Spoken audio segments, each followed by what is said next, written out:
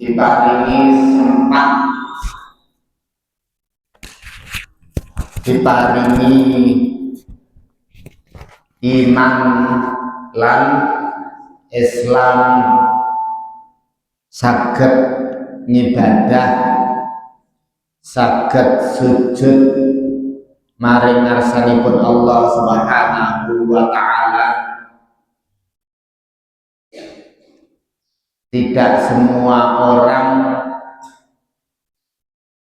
diberi kesempatan oleh Allah Subhanahu wa taala untuk bisa hadir di majelis taklim, untuk bisa beribadah sujud maring ngarsanipun Allah Subhanahu wa taala.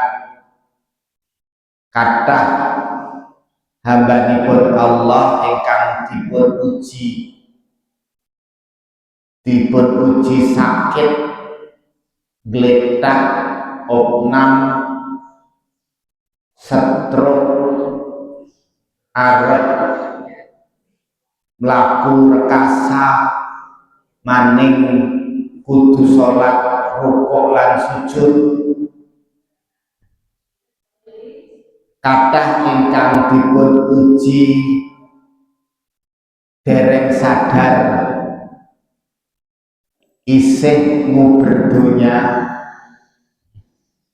isih sing dipikir mung urip ning alam donya ora niatna samune mati. Padahal nguber donya ya ora sugih.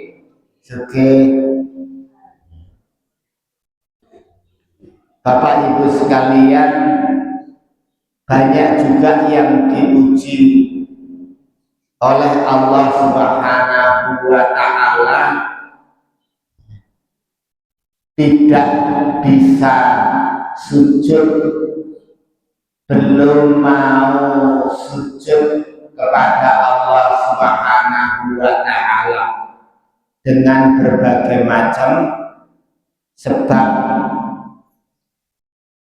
Mungkin ada yang sudah pengen ngibadah sujud dadi wong sing saleh, tapi isih isin sinau urung ngerti carane sholat, ya.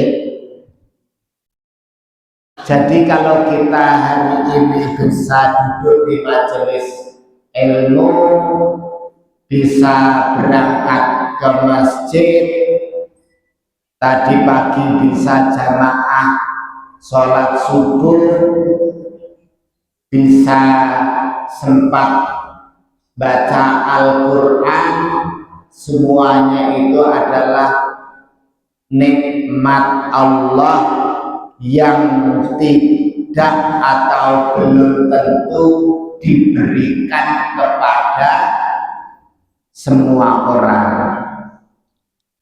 Bapak Ibu hadirin wal hadirat rahimakumullah, hari ini kita melanjutkan kajian tafsir kita surat Ali Imran ayat yang ke-42. Mudah-mudahan bisa sampai ayat ke-45. Baik Bapak Ibu hadirin wal hadirat rahimakumullah, kita mulai dari ayat ke-42 terlebih dahulu. A'udzubillahi minasyaitonir rajim. Bismillahirrahmanirrahim.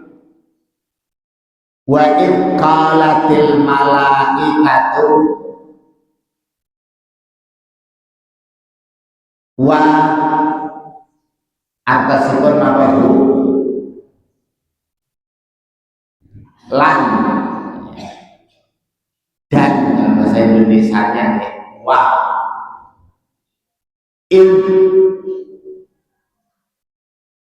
It itu menerangkan waktu, ya darf zaman, keterangan waktu, elingari qalatil malaikatul qalat qala yaqulu iku ngucap al malaikatu para malaikat lan elinga rikala para malaikat pada ngucap wa qalatil malaikatu ya Maryam, hei Maryam, innallaha inna satemene Allaha Gusti Allah istofaki. Ya, kalau di situ disambung i-nya nggak ada ya, saya tadi baca istofaki karena hamzatul wasl ya. Innallaha istofaki. Kalau dibaca terpisah istofaki. Satemene Gusti Allah wis milih sliramu wa tahharaki lan nyucekna sliramu suci tahhara yutahhiru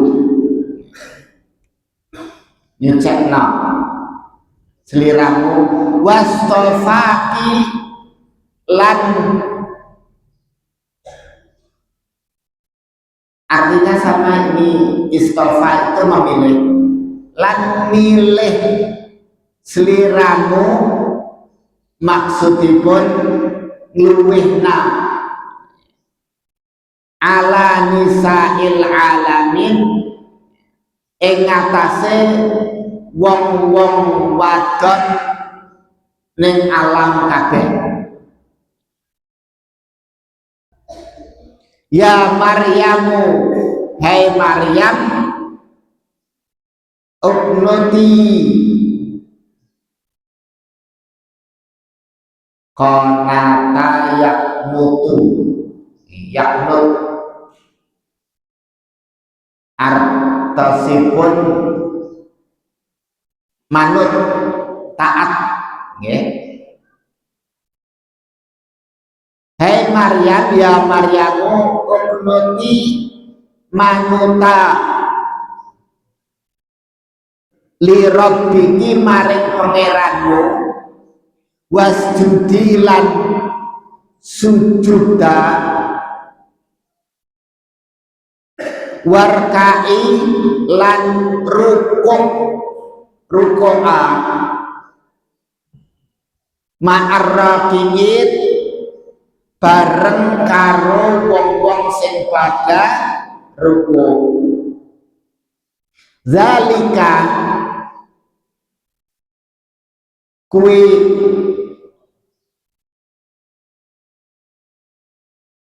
itu ya kuwi min anba'il ghaibi,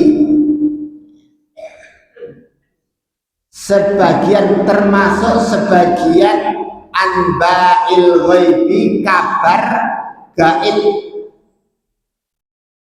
nuhihi sing ingsun wahyuna ilaika maring sliramu Muhammad, Nabi Muhammad, maring sliramu maksudipun Nabi Muhammad. Wa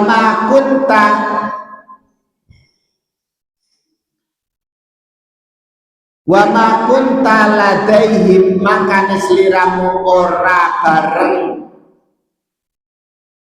karo wong-wong mau idyulkuna rikala dheweke pada balangna aklamahum, aklam pulpane balangna pulpene maksudipun nggih ngundi itu napa nggih bahasa Jawane? Undian bahasa Jawane napa Pak?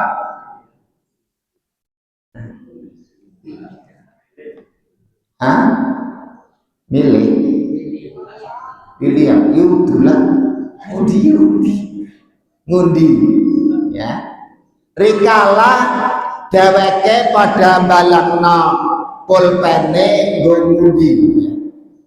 Ayyuhum yakfulu Maryam, ayyuhum sapa antarane dheweke mau yakfulu Maryam sing bakal ngrumat Maryam. Wa ma kunta lan sliramu Muhammad, maksudnya Nabi Muhammad, uga ora bareng ladaihim karo wong-wong mau it yahtasimun rikala dheweke pada pasulayan atau padu cekcok. Nanti cekcoknya nopo niki ya. Inqalatil malaikatu enika rikala para malaikat ngucap ya Maryamu, hei Maryam, innallaha satemene Gusti Allah yubasyiruki paring werta apik maring siliramu bi kalimatin sewiji kalimat minhu saking panjenengane ismuhul masihu Isa bin Maryam, ya kuwe sewiji anak lanang arane Isa bin Maryam,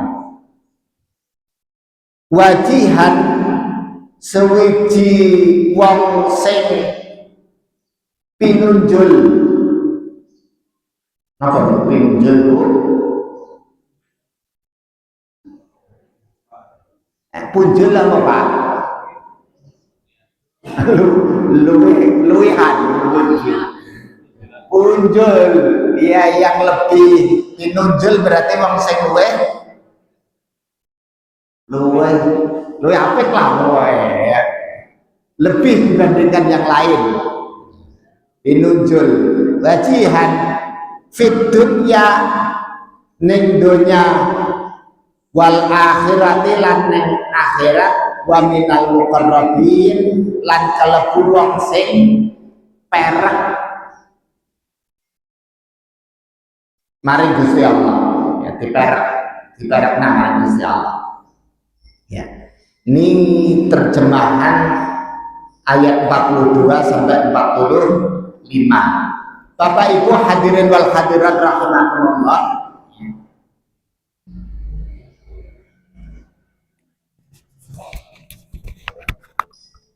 Ketika membahas ayat 42 ini, memulai ayat 42 ini, saya tertarik uraian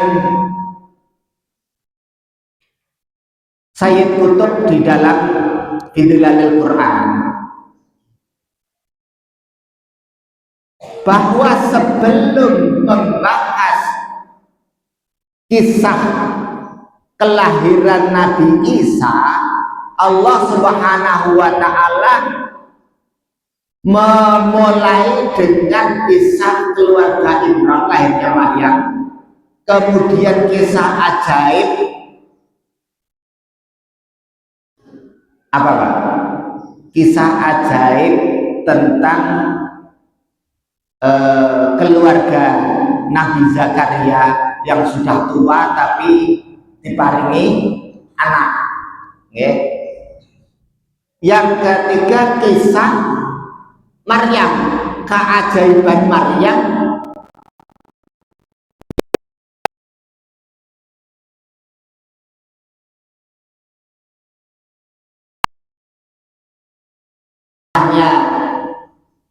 Maryam, yaitu makanan selalu tersedia walaupun bukan musimnya, tidak musimnya buah-buahan tertentu, tetapi selalu ada di sisi Maryam langsung dari Allah Subhanahu wa Ta'ala.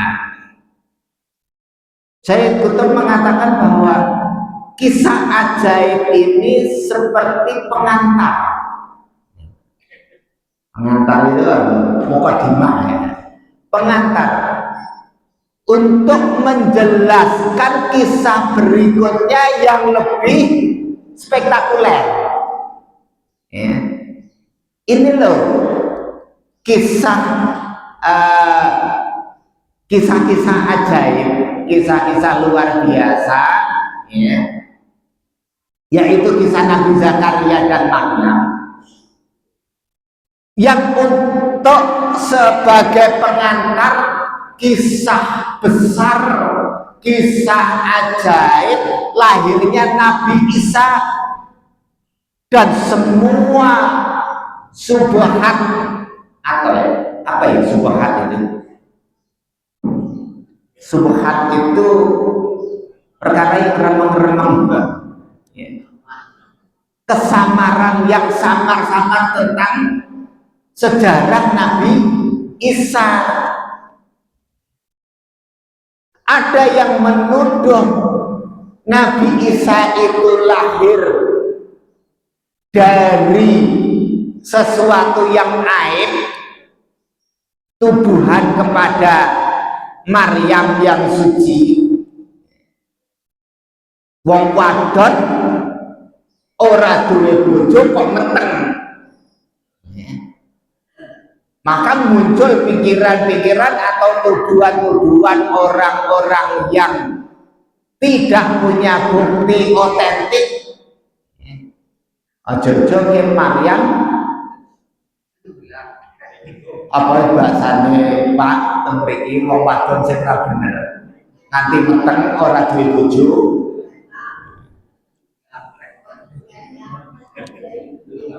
Ajaib ya, mau ajaib zaman singkat emang ajaib ya, meteng ora duwe bojo. Yang kedua, orang yang mengglorifikasi bahasa Sibilia. Wah, keren temen lho. Maryam ora duwe lanangan, duwe anak. Anake sapa iki? Anake Gusti Allah. Gitu. Jadi dianggap Maryam ini perempuan luar biasa melahirkan anaknya Tuhan. Ya. Sebab sing dilairno kuwi anake Tuhan, jadi Nabi Isa dianggap Tuhan.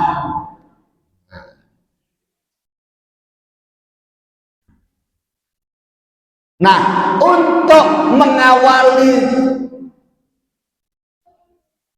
pembahasan lahirnya Isa yang ajaib tersebut, Allah dahului dulu kisah-kisah ajaib sebelumnya. Nabi Zakaria itu ajaib, wis tua, jaluk anak, dia anak. Maryam itu ajaib, mau ibadah, panganan tersedia. Lah kalau kemudian Nabi Isa lahir secara ajaib, itu ya orang masalah, orang kaget karena terus di Allah Maha Kuasa gitu. Nah, jadi tuduhan yang tidak baik ya bisa dibantah, mengglorifikasi atau menganggap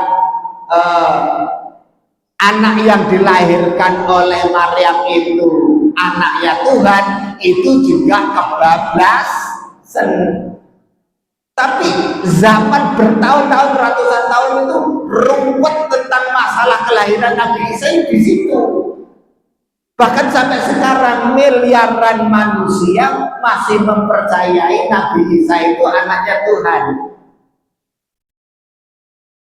Islam mendudukkan perkara ini dengan baik. Maka karena ini kisah ajaib yang kemudian sampai sekarang pun menjadi perdebatan panjang, siapa Nabi Isa, siapa Isa itu. dalam bahasa orang Islam Isa, dalam bahasa orang Nasrani Yesus. Siapa Yesus ini?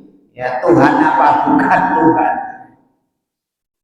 Maka kisah ini diawali dari kisah ajaib sebelumnya. Begitu. Jadi kisah ajaib sebelumnya seperti sebagai mukadimah mengantar untuk bahas kisahnya Nabi Isa. Itu poin pertama ya yang menarik saya dari urean Sayyid Qutb. Bapak Ibu hadirin wal hadirat rahimahumullah. Kemudian setelah kita membahas tentang pengantar kisah ajaib ini, yaitu sebelum membahas kelahiran Nabi Isa,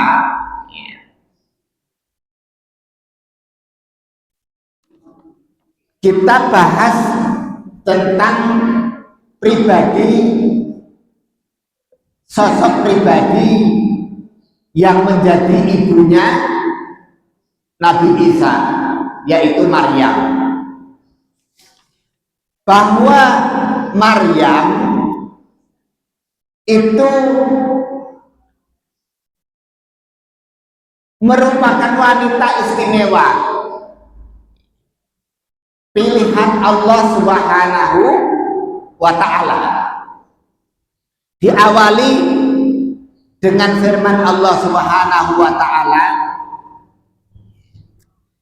wa id qalatil malaikatu ya Maryamu innallaha astofaki. Ingatlah ketika malaikat berkata kepada Maryam, wahai Maryam, sesungguhnya Allah telah memilih kamu. Satu, Maryam itu wanita pilihan Allah Subhanahu wa ta'ala. Kedua, malaikat memberitahu Maryam, wa tahharaki, Allah mensucikan Maryam.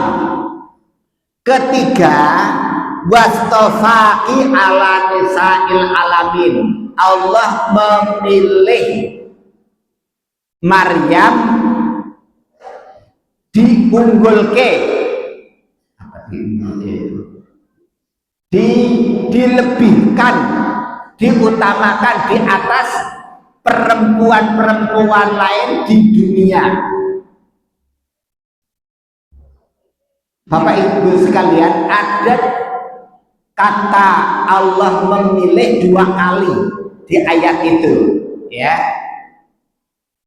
Innallaha astofaki, sesungguhnya Allah memilih kamu, wa tahharaki, dan mensucikan kamu, wastofaki, dan memilih kamu. 2 kali kata memilih, ya.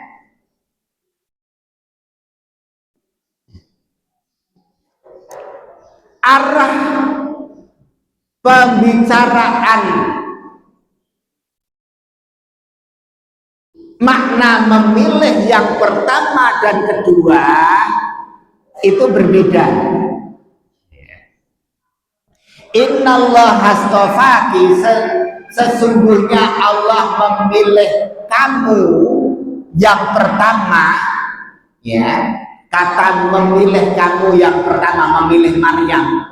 Maryam dipilih oleh Allah menjadi wanita pilihan. Itu di dalam kitab Taisirul Karimir Rahman fi Tafsir Kalamil Manan halaman 113,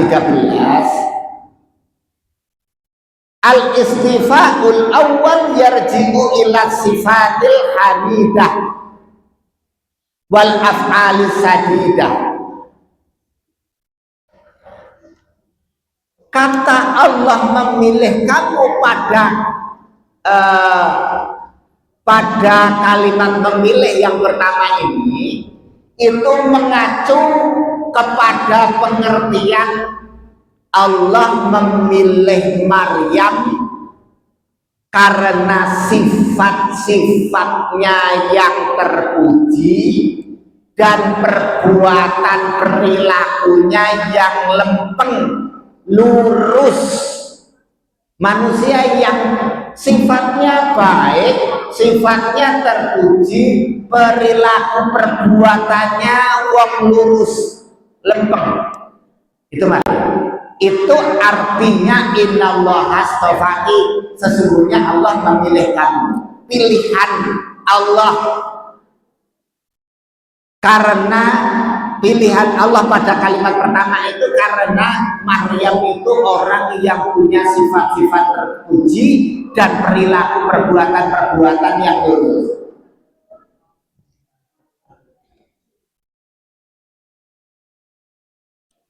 Adapun al-istifa'u tsani, kalimat Allah memilih Maryam yang kedua, wastafaki ala nisa'il alamin, Allah memilih Maryam diunggulkan, lebih diutamakan dibandingkan perempuan-perempuan di seluruh dunia. Di seluruh dunia, nisa'il alamin, nisa'il alamin itu maknanya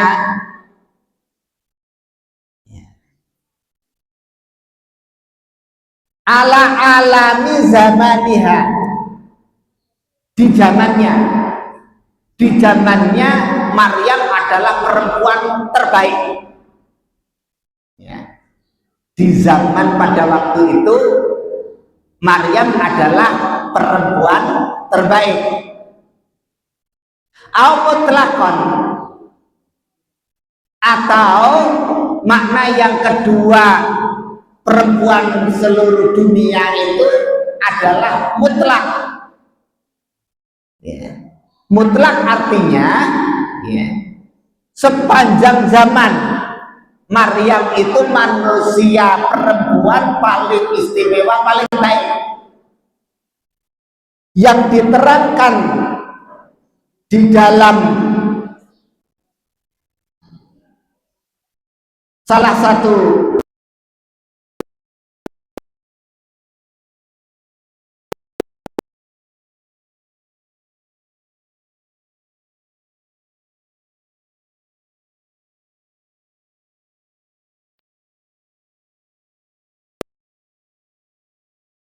ala zaman ini, ahli zaman ini ya.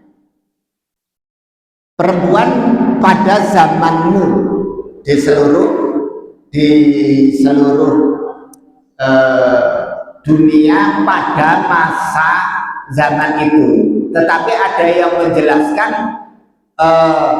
paling mulia di atas semua perempuan sepanjang zaman itu karena Allah sucikan beliau yang punya anak tanpa disentuh laki-laki.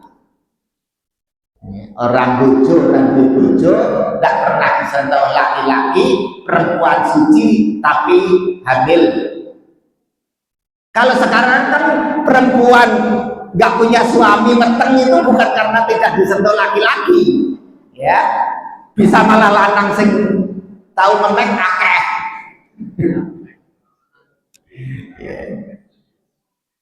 Jadi kalau ada sekarang perempuan hamil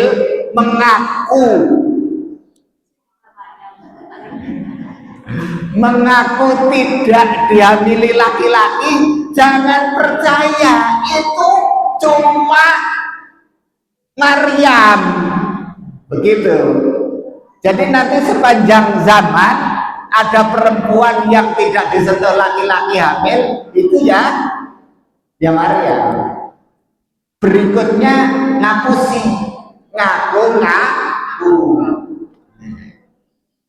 bojoku sombong nanti meteng Jibril gitu ya. Aja percaya ya. Enggak usah percaya ya. Karena ini keistimewaan Maryam dipilih oleh Allah Subhanahu wa taala melebihi perempuan-perempuan di dunia ya, yang sepanjang zaman itu karena memang Allah mensucikan beliau sebagai perempuan suci tetapi hamil tanpa sentuhan laki-laki. Begitu.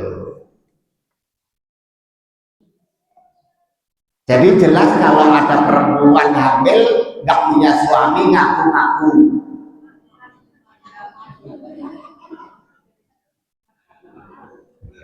Ya, nggak usah gugu. Ya. Aja digugu, aja ditiru.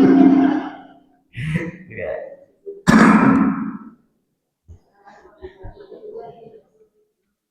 Bapak Ibu hadirin wal hadirat rahimakumullah, ini perbedaan kata istofa. Allah memilih yang pertama dengan yang kedua. Ada dua kalimat Allah memilih. Ya. Yang pertama Allah memilih Maryam karena sifat-sifatnya yang terpuji dan perbuatan perilakunya yang lurus, yang baik, menjadi perempuan pilihan. Yang kedua Allah memilih Maryam ya, dengan kesuciannya itu dia bisa hamil tanpa disentuh laki-laki, tanpa punya suami. Ini karena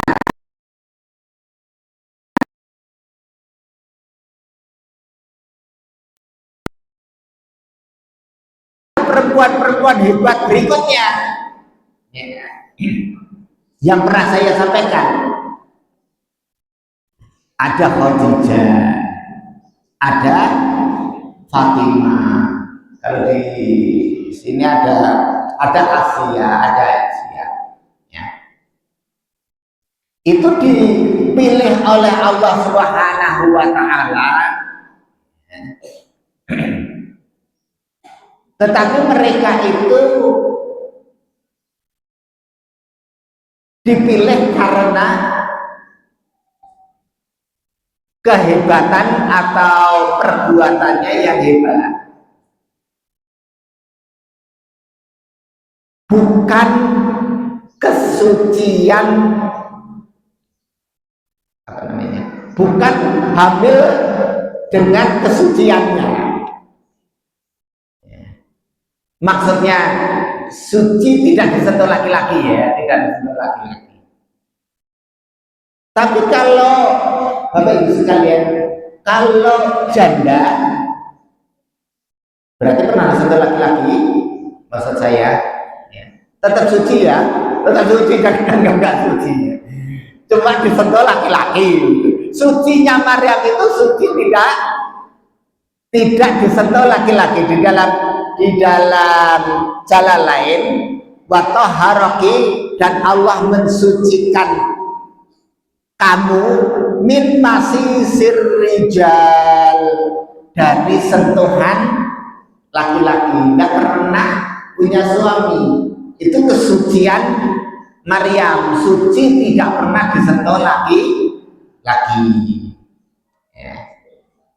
Kalau sucinya janda ya suci, cuma disentuh laki-laki dengan sah ya, secara sah. Nah, kalau yang penting hamil tidak punya suami ya nggak suci lagi ya. Tapi perawan enggak lah. Perawan tidak suci ya, perawan tidak suci. Jadi ini kelebihan Maryam. Nah, Bapak Ibu hadirin wal hadirat rahimakumullah, berikutnya setelah bahas tentang kalimat al-istifa, pilihan ya, Allah memilih Maryam, memilih karena perbuatannya yang mulia dan akhlaknya yang terpuji. Yang kedua memilih Maryam karena dia disucikan oleh Allah, hamil tanpa tanpa sentuhan laki-laki, ya. Berikutnya yang ketiga, saya sampaikan di sini kalimat watahharoki, dan Allah mensucikan kamu. Malaikat bilang kepada Maryam, wahai Maryam, Allah memilih kamu dan Allah mensucikan kamu. Mensucikan kamu yang pertama tadi artinya adalah mensucikan dari sentuhan laki-laki. Itu yang pertama, ya. Jadi hamil tanpa disentuh laki-laki. Itu di dalam tafsir Jalalain bahwa Maryam itu nggak pernah disentuh laki-laki, ya. Tidak pernah punya suami. Jadi nanti jangan pernah berpikir, bertanya dan mencari tahu, Ustadz kalau gitu bapaknya Nabi Isa siapa, suaminya Maryam siapa.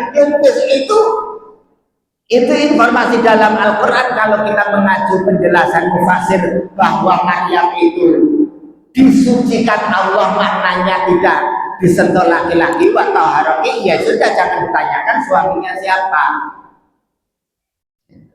Maryam adalah perempuan suci yang tidak pernah disentuh oleh laki-laki, yang dari awal sudah dinadarkan oleh ibunya untuk melayani Baitul Maqdis, untuk ibadah dan melayani berkhidmat di Baitul Maqdis.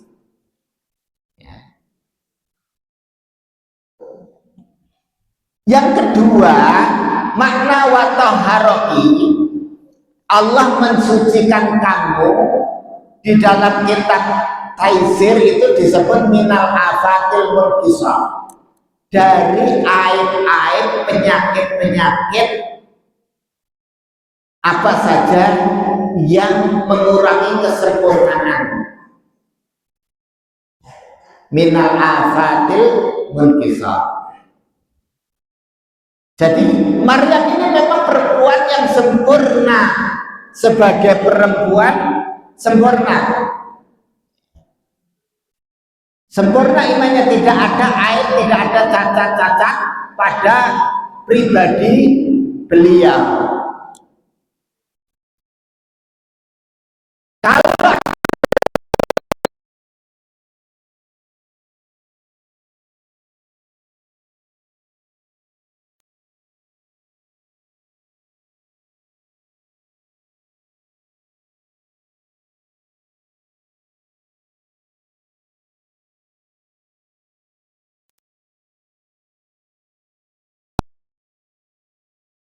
Kalau kekurangan, sekaligus itu menjadi pelajaran ibrah bagi kita semuanya, bahwa seorang nabi lahir dari rahim yang suci, ya.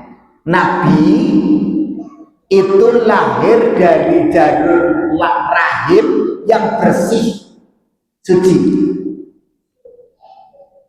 Kalau punya suami, ya memang dengan ijab qabul yang sah, nikah yang sah. Tidak ada nabi dari proses selingkuh, itu tidak ada. Jadi dijamin oleh Allah jalur nasabnya para nabi itu melalui rahim yang suci.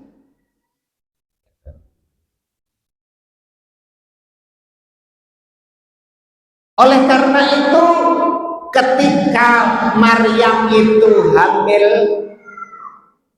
Bapak Ibu sekalian, masyarakatnya tahu bahwa mereka riang. Bahasa sini apa? Riang. Riang itu apa? Ribut itu. Di antaranya yang dipertanyakan adalah, ya ukhta Harun, makana abuki ra'asai wa ma ummuki baghiyah. Wahai Maryam, Ukhta Harun, kok bisa nih kowe meteng? Bapakmu itu bukan laki-laki apa? Bukan laki-laki saud, bukan laki-laki yang jahat. Apa bahasa di sini ya mas? Bukan laki-laki bejat. Ini terjemah, saya bingung mau mencari terjemahan yang pas tapi halus gitu. Bisanya kamu hamil, bapak kamu itu bukan bapak yang brengsek gitu loh. Bukan bapak yang suka apa bu? Wadonan, serong, selingkuh, wama kanat ummuki baghiya, dan ibu kamu juga bukan. Maryam itu punya bapak punya ibu loh ya. Maryam itu punya bapak juga punya ibu ya. Bapak kamu bukan laki-laki suka main wadonan, ibu kamu juga bukan perempuan suka selingkuh dan serong.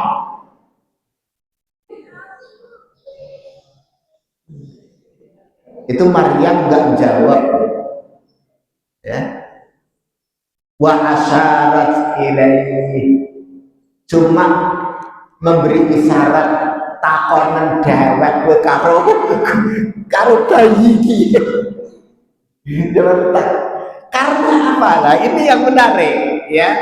Yang menarik bahwasanya Maryam itu diberitahu bahwa yang akan dia lahirkan itu nanti adalah bukan sembarang anak, pinunjul wajihan nabi ya, dan diberi kelebihan oleh Allah sehingga disebut kalimullah, bisa ngomong di usia masih bayi. Ada jawab takut dewek tuh. Ujung-ujung brojol gitu, kok peringat ceritanya. Nah, akhirnya Nabi Isa ketika masih bayi, gitu ya, itu yang jawab. Qala inni Abdullah. Saya cuma hambanya Allah. Jelas sekali bahwasannya Nabi Isa itu dalam agama Islam hamba Allah Subhanahu wa ta'ala, bukan anak Tuhan. Qala inni Abdullah atani alkitab wa ja'alani nabiyya, dan seterusnya. Baik, saya lanjutkan ya. Wa taharaki, Allah mensucikan Maryam. Ada yang menjelaskan artinya adalah minal uyub atau al-adnas al-maknawiyah wal hissiyah. Allah mensucikan Maryam dari semua aib atau kotoran maknawi dan hissi. Allah mensucikan Maryam dari kotoran atau aib maknawi dan hissi. Maknawi itu kotoran, apa terjemah paling pas ya? Kotoran batin. Hissi kotoran dohir. Bapak Ibu sekalian, manusia itu ya, manusia itu di dalam syariat Islam memang dituntut, dibimbing untuk mencapai kesucian. Nah, sucinya manusia itu bukan cuma suci dari najis dan hadas. Najis dan hadas itu kotoran dohir, kotoran sing keton. Contohnya apa Bu? Kencing itu najis.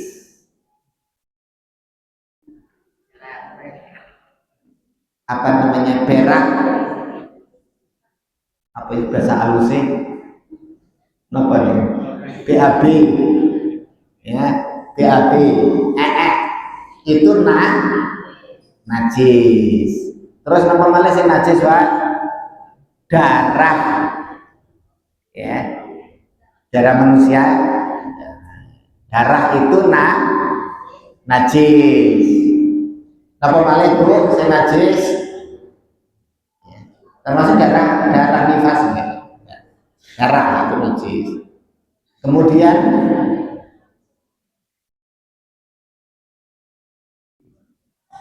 apalagi Pak, itu najis dan kotoran yang nampak ya. Bangkai itu najis, babi menurut para ulama itu najis, anjing menurut para ulama madzhab Syafi'i terutama itu najis ya. Tapi menurut madzhab Maliki bukan najis. Ya itu nanti ada di pelajaran fikih. Najis yang disepakati, ada juga najis yang diperselisihkan. Mani ada yang bilang najis, ada yang bilang tidak ya. Kemudian kotoran hewan yang boleh dimakan, kotoran ayam, kotoran kambing, kotoran hewan yang boleh dimakan najis apa tidak? Nanti kalau dalam Syafi'i najis, ada yang berpendapat tidak najis. Jadi itu nanti pembahasannya di fikih tentang najis yang disepakati kenajisannya, dan ada najis yang diperselisihkan para ulama tentang kenajisannya. Itu najis dohir. Ada najis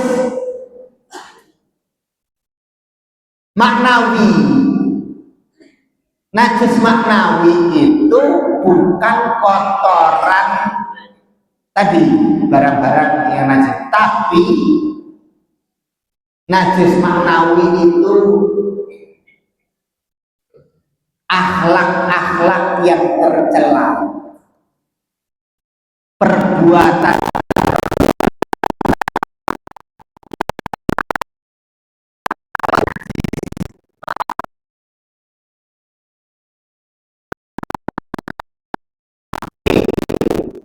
kalau kita pengen bersih dari kotoran yang zahir maupun kotoran yang batin.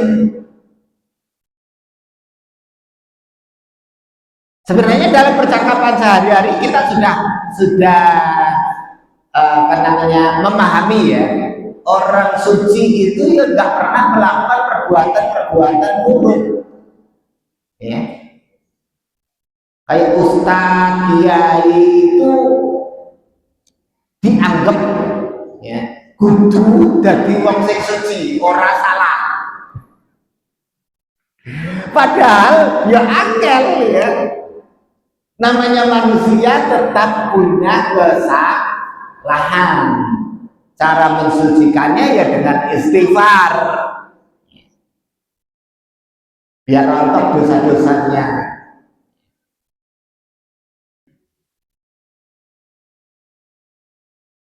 Kalau kotoran yang dohir itu lebih mudah belajar tata cara bersuci, maka kita bisa mensucikan diri ya. Sholat menghadap Allah harus suci, artinya wudu ya. Atau mandi. Kalau tidak ada air, ya tayamum. Itu gampang, lebih gampang. Tapi kalau suci dari perbuatan-perbuatan dosa, ya, perbuatan haram, itu nggak gampang, tidak gampang. Kita harus suci, menghindarkan diri, mendahului perbuatan-perbuatan yang diharamkan oleh Allah. Lebih susah lagi untuk mensucikan diri dari najasat maknawiyah, najis yang tersembunyi di hati, ya. Itu lebih berat lagi, lebih sulit menjauhkan diri dari riya, dari takabur, dari hubud dunia, dari dan sebagainya, ya. Itu hal-hal yang bisa mengotori sila akhlak-akhlak yang tercela. Nah, Allah Subhanahu wa Ta'ala itu mensucikan Maryam wa tahharati, itu mensucikan Maryam dari semua kotoran atau aib yang hissi dohir maupun yang maknawi yang tidak nampak.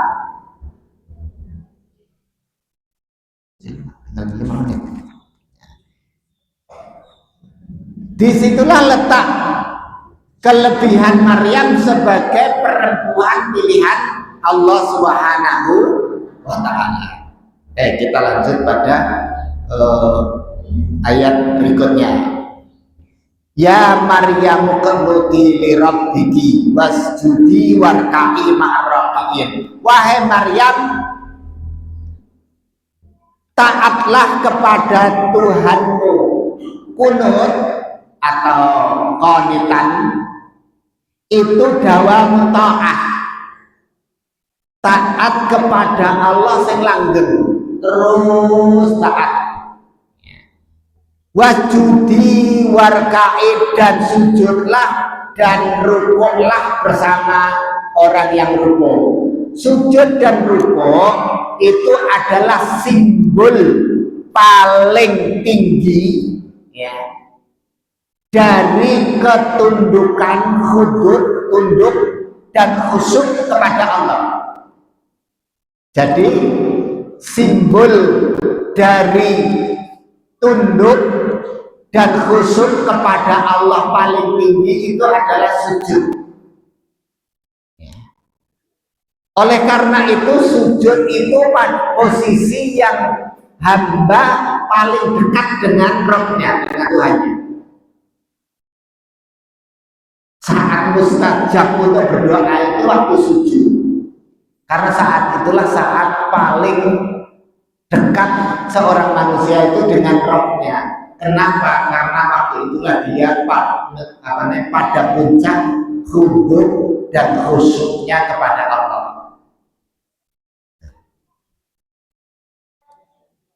Di sebagian tafsir diterangkan bahwa wasjudi warka'i ma'ar-raki'in, dan rukuklah bersama orang-orang yang rukuk, berarti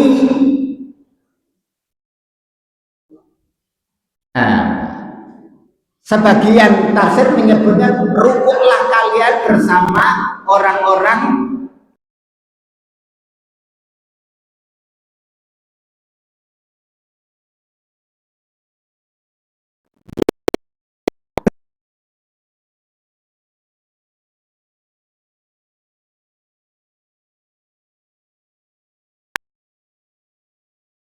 sisi kisah Maryam. Bapak Ibu sekalian, perempuan itu ya sholatnya berjamaah.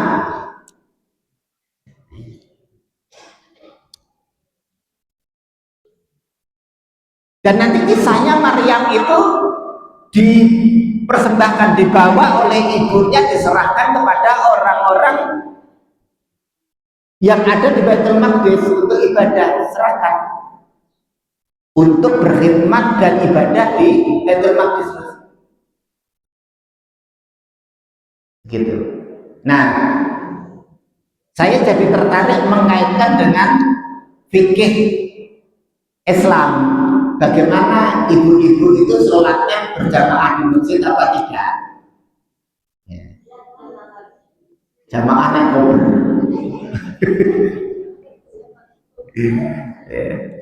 Bapak Ibu sekalian ya, ada riwayat-riwayat dari Rasulullah Shallallahu Alaihi Wasallam, sebaik-baik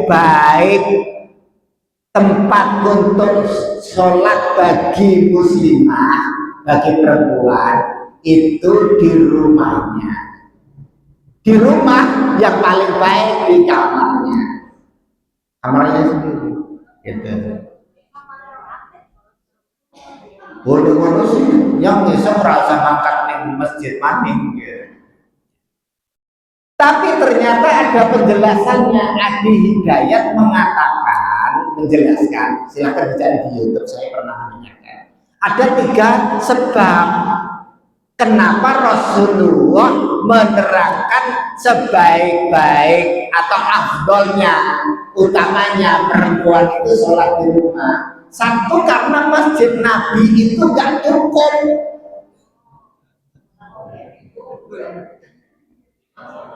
Jadi sing wajib sing lanang, tapi sing sregep jamaah malah ibu-ibu. Komat wong 5 lanang kene ya. Ibu-ibu wis bagus. Ya. Ya. Itu pertama alasannya. Yang kedua, ya, karena pada waktu itu belum zaman listrik, ya, jarak ke masjid itu harus melewati kebun kurma yang sangat mungkin diganggu orang-orang munafik.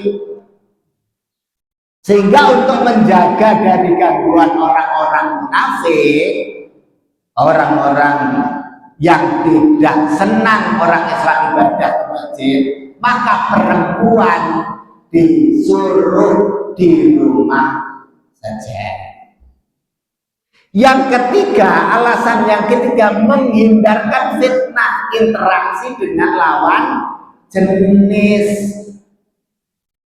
Ini yang banyak dibahas alasannya oleh para ulama fikih. Perempuan itu lebih afdal, lebih utama sholatnya di rumah saja, Kak, untuk menghindarkan dari munculnya fitnah interaksi dengan laki-laki lawan jenis. Kalau konsekuen, mestinya ibu ne orang yang warung, orang yang pasar. Nah, ini masjid bandra gelem alasannya fitnah, maka konsekuensinya, kalau konsekuen loh ya aja nang warung, aja nang pasar. Kalau nang warung nang pasar ben dilakoni kok nang masjid ra gelem, ada yang salah. Yolah makan nang masjid pengajian ben ora kenal wong lanang, ora ketemu wong lanang. Lah nek konsekuensi aja nang pasar. Mana lebih baik masjid apa pasar? Kalau ke pasar mau, ke tempat pasar mau, bakso gelem, tapi ke masjid ra gelem alasannya fitnah, ora jujur. Ora jujur. Ya Bu? Betul nggak? Sepakat ya? Ora jujur. Berarti semua ibu-ibu, kalau jenengan itu masih gelem ke warung becer, masih mau ke pasar, masih mau bakso karo bojone karo anake, ke alun-alun, berarti harus gelem ke masjid. Kalau nggak mau ke masjid alasannya fitnah, berarti kalian tidak jujur. Nah gimana wong masjid perek masih sa RT mangkate karo bojone sing lanang, fitnah apa yang ditakutkan? Ayo, nek jenengan bu, ibu sebelum bojo, ya, ayu sing perawan mbok boda sing liyane sing lanang dadi rakus yo.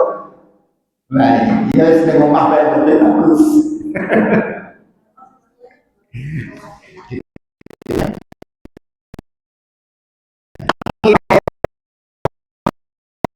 Orang-orang yang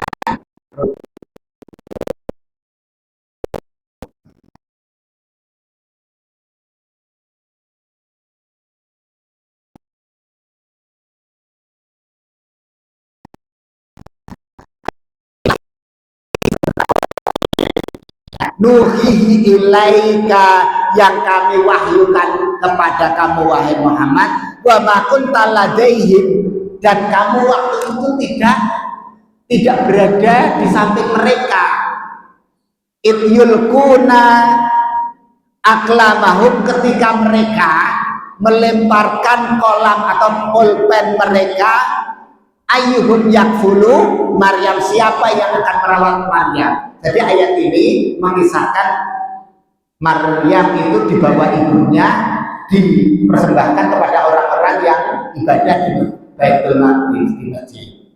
Ini anak saya yang sudah saya nadarkan. Wow, rebutan Pak. Nyong sing rumah orang nyong juga karena apa? Bapaknya Maryam dulu kepala mereka, pimpinan mereka, seniornya mereka, ingin semuanya merawat Maryam. Akhirnya diundi. Undiannya apa? Yulkuna aklamahu, sing podo pengen rumah Maryam itu diundi pulpen sing nulis apa jenenge ajaran ya, itu dilemparkan ke sungai. Mana pulpen satu menjelaskan tenggelam dan tidak tenggelam ya.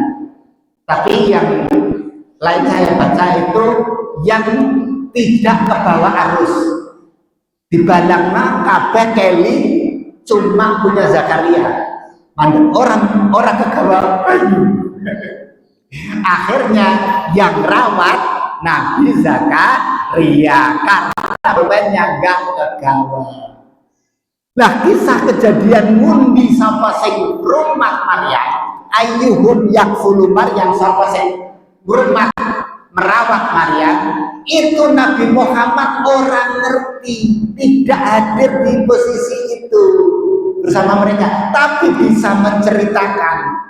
Karena apa? Karena dapat wahyu dari Allah. Nah, ini untuk membantah orang-orang yang meragukan kerasulan Nabi Muhammad pada waktu itu, ya, orang-orang Najran, orang-orang Nasrani, kok Nabi Muhammad kok ngerti kisah sejarah itu kan kisah kami, bapak-bapak kami.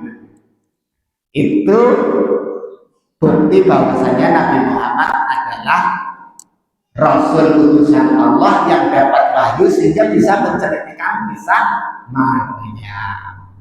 Begitu.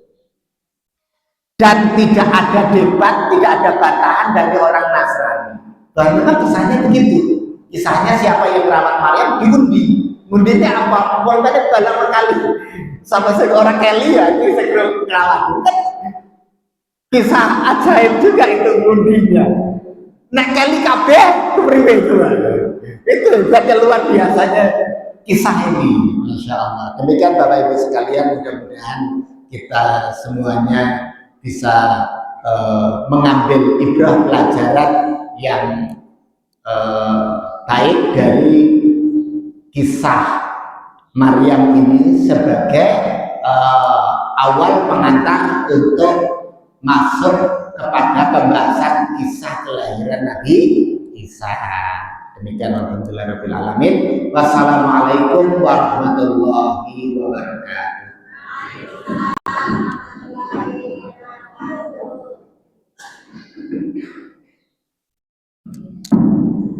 Demikian tafsir dari surat Al-Imran ayat 42 sampai 44 atau 45.